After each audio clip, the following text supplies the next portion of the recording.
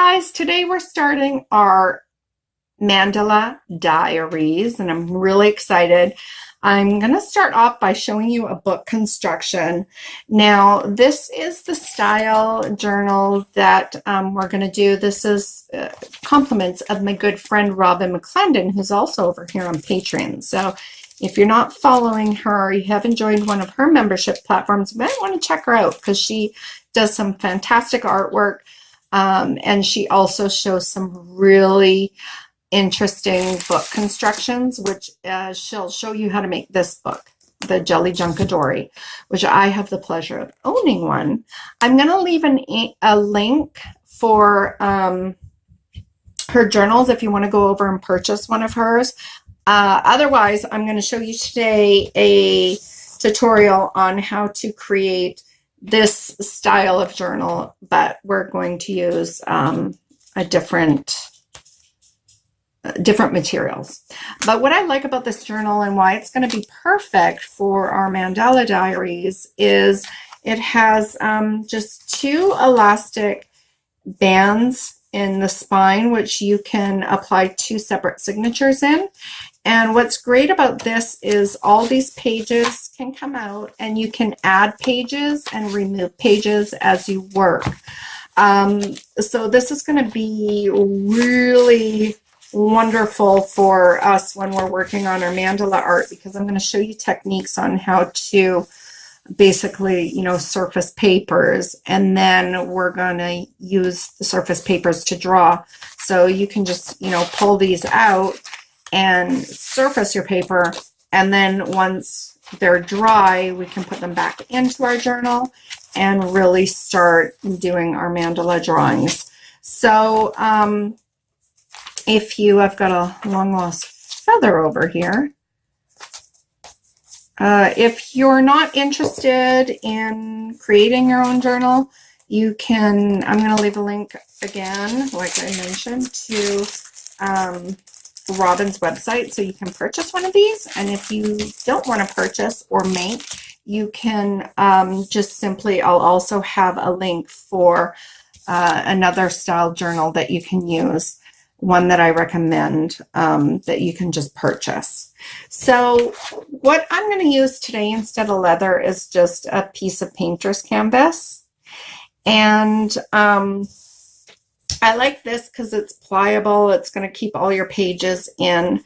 So I've cut this down to size. And the reason why I had this on is I was just measuring the size of my paper, because most papers are 8.5 by 11, which we will cut down to 8.5 by 8.5, or I think 8.5 by 7, which are the pages in the journal. We're just actually creating the book right now. So I've made it a little larger, and we have done, let's see, the size. Should I have this marked down? So it's 12 by 9, I believe. 12 by 9. So I've extended it a little bit longer than Robin's because the canvas is a little not as stiff as the leather. So I've left just a little bit that we can wrap over, and it'll kind of keep everything in. So what we're going to do is, let me just get a sample page here so I know how big we're going to make it. The nice thing is if you go over to Robin's website and you purchase one of her journals, she does include some of her art in it, which is a nice little bonus. And then you'll get a number of downloadables from me as well. So you'll have a nice little collection of both our art. Okay. So I'll measure here is about 4 3/4 inch. Okay. So what we're going to do, the first thing we're going to do, measure 4 3/4 inches from the right hand side, because this is where our fold is going to be.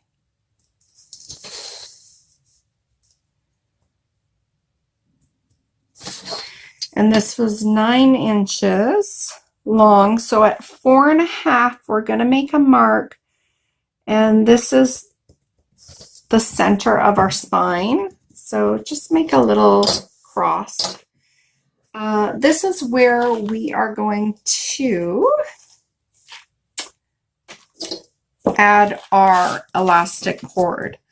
So I have a variety of elastic cords here. I've got one here that is 4.5 mils, and this one says it's 4.5 mils too, but that's impossible because it's thicker. So they've definitely made a mistake on this. Oh wait, no, I'm making a mistake. Okay, so the thinner one is 0.3 inches, which is 1 mil, and this is 2 mil. So it's 0.7 inches.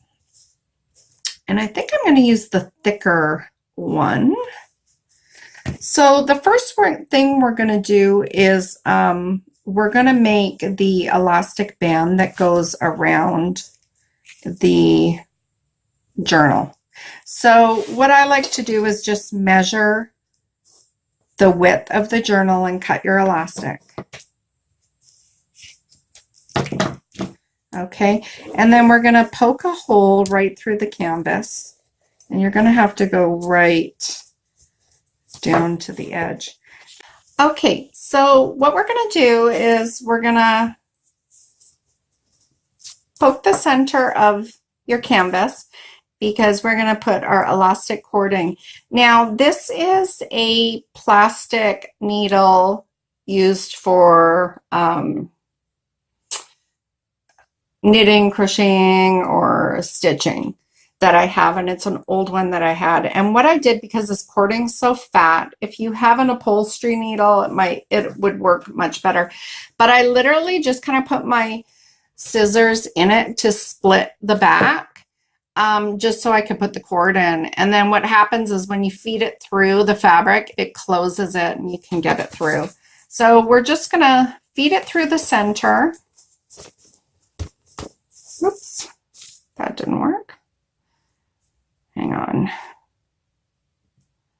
Okay, so we're feeding it through the center.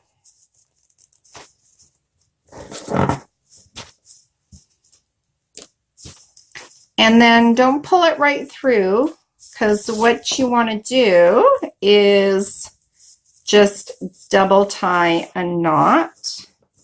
We could have done this first, as I realized, because we're not actually having to thread it through. Okay, and just pull it taut.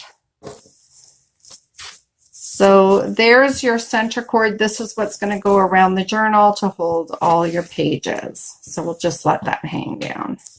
All right, so let's get started with the elastic spine that's going to hold our pages. And I have this amazing little tri-colored elastic cording here. And then what you want to do is measure 1, 2, and a half of the cord. And I measured it from this end because I want the burgundies and the pinks and the blues all there. Okay. Where's my little needle? Get my fancy makeshift needle here. So we've marked our paper. You want to make sure, because let's see, where's the pages? Okay, so you want to make sure that you are 1/2 inch from the top. So make your mark, 1/2 inch on both sides.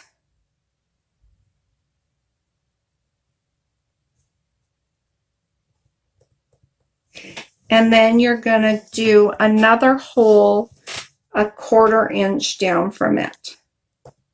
So we're going to do 2 holes. So at 1/2 inch down and 1/4 inch down. I'm going to poke your hole. You don't really need to use the awl because your needle, you're just going through fabric. And I like to use canvas just because it is a little bit of a heavier fabric. Okay, so string your needle. So we made our hole. I switched to a bead needle, you guys, because this cording is so fat and it actually didn't work with my other needle. So I'm going to use my bead needle because you can get anything through here. Okay, and you've already put the holes into your canvas, so all you're doing is threading it through. So let's try this again. So we're going to go into the top hole, moving away from us.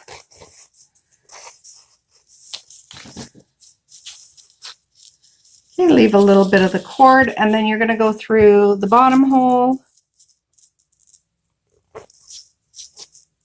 Oops.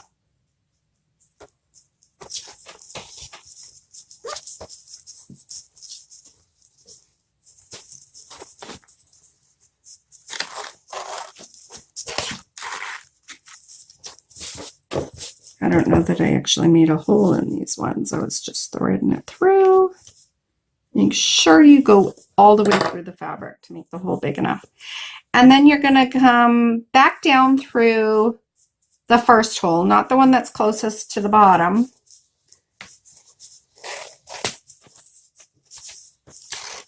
Pull that through. You don't want to make sure it's like too tight. So just leave it loose for now. We can fix that. And then you're going to go through your top hole.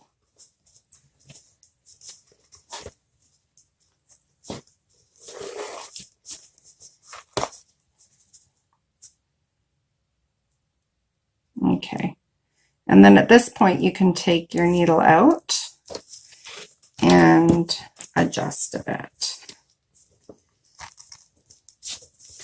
Okay, so what we're going to do is we're going to end up tying, okay, so I cut way more than needed on this, but that's okay. I'd rather have more than less. All right, so then what we're going to do is the two ends that are left, we're going to tie them together, just like we did here in the center. And I'm just turning it this way because I'm right-handed. And you want to make sure that you don't want it too tight so that all your pieces are this way. And you want it to kind of lie flat. So just make sure there's a little bit of give, like you will have to hold it down a bit just to straighten it out, but there's not too much, if that makes sense. Okay, and then you're going to tie double knot. And what I like to do is I don't like to tighten it too much right away because I want to test it. Make sure that I didn't make it too tight. So I think that's good. Now I'm going to tighten it. And see that? I've got to give it a little bit of a give to straighten it out, but it's not too much. And then I can cut the excess off in the middle. And that's it. I mean, it's simple, it's easy. There's not too much involved in it. It's kind of my little mock version of Robin's Beautiful Junkadories. And then let me just demonstrate. Let me take some pages out of this Junkadory. So you can take these pages and now they just slip right in like so. And this is a nice way to have all your loose pages that we work on in your art journal.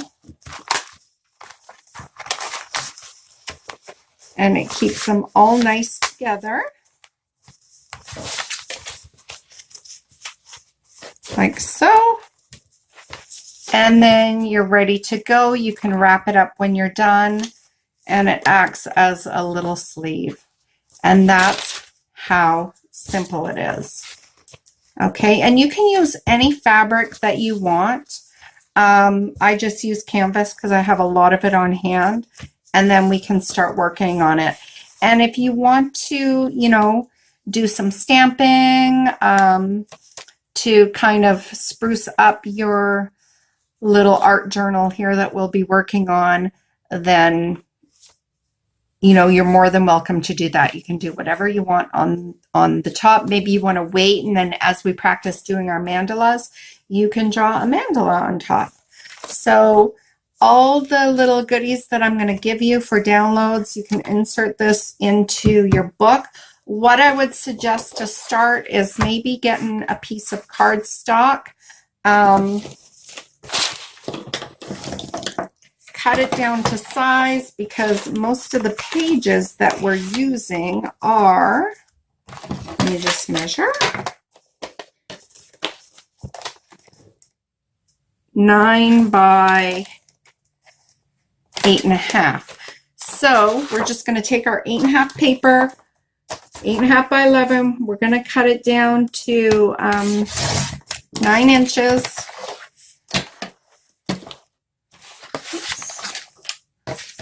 Fold it in half. And this is just going to give you a little bit of stability within your art journal to start. And you can stick that in there as some support. Okay. I'm going to get another one for the other side.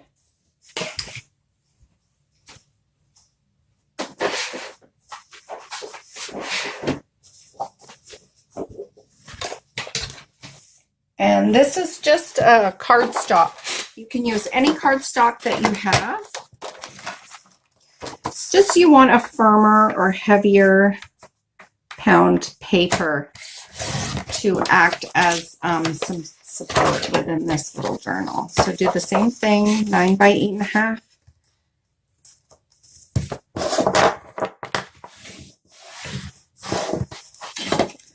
And I can remove these pages, which belong in the journal Robin gave me that I'm working on another project. And we put this in there. It acts as a support.